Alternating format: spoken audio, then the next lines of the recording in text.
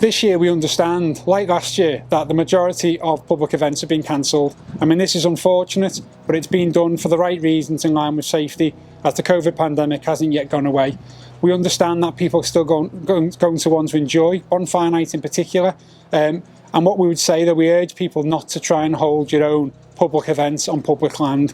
To do so is illegal. You need a permit from the council, and you may be subject of a £5,000 fine. I would urge people to have family displays in your back garden, but abide by the firework code.